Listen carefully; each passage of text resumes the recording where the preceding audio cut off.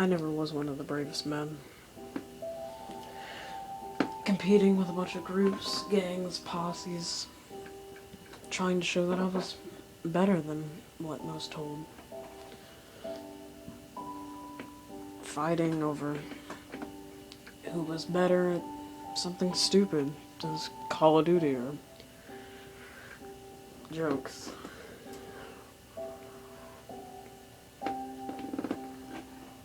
It wasn't too often until I realized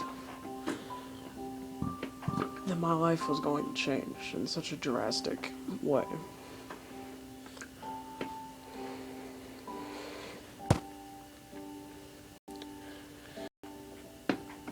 How everything mostly started of all this was, it was me, my friend Jarrett Sloan, Skylar Plosky, and Chris Danley.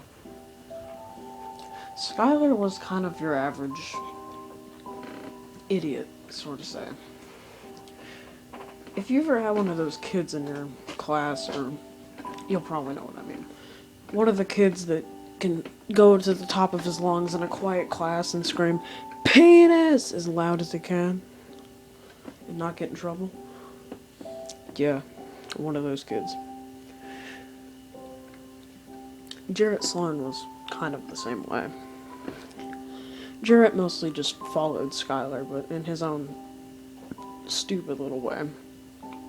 He was more of the athletic one, I'd have to say, from the group. And Bill Danley was... Chris Danley was more of an outcast out of them all. He was the kind of kid who listened to more goth music and talked about how people were fascist consumers and stuff. But what happened was is that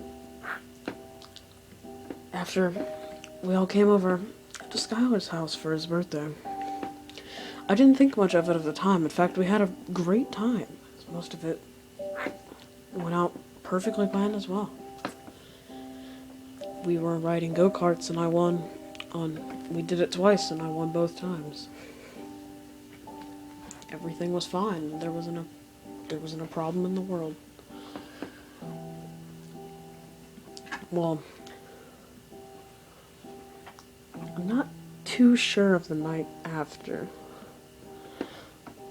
I was sitting slightly in my bed and I was watching a YouTube video, and all of a sudden, the one thing that I noticed out of everything is that the moonlight coming in from my window slowly started to just completely fade away and come back.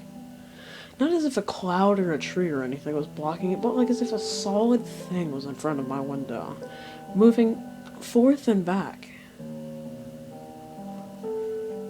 It would happen every 10 seconds or so.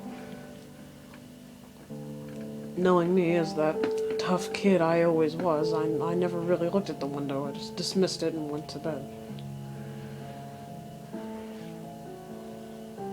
That was until the night after. I was in my backyard playing with my dog.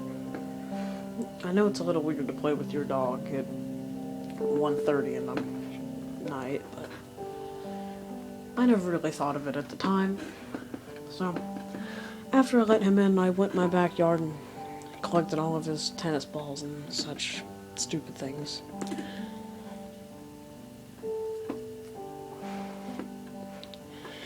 But as I went back to my window, I noticed something. There was a large sheet in front of my window. Not only was it weird, but on the side of it, it actually had a small note.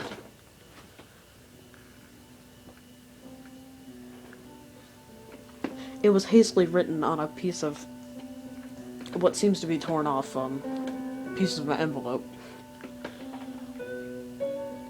I didn't really think of it at the time, but once I saw what it wrote, it said, "Was your window blocked?" I thought it was stupid because, yeah, of course it would be, because it's a tart. But that wasn't until I noticed one thing. I let my brother borrow my iPod, which is what I used to watch YouTube on. I went through the history of it because he's the kind of dumbass who would do something like that. Or at least, I thought. When I looked at my history, he had stayed up for at least 4 hours watching nothing but creepypasta. I warned him so many times over and over not to watch it. But he ignored me.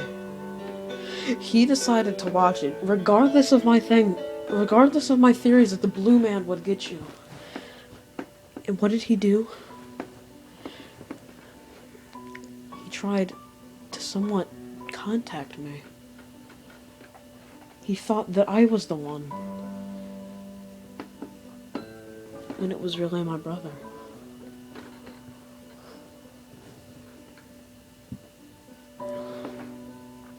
Until this day, it has been told that my brother died in a car crash after picking up a hitchhiker. Coincidence? I think not. Don't, for the love of your life, watch creepypasta, or you will die.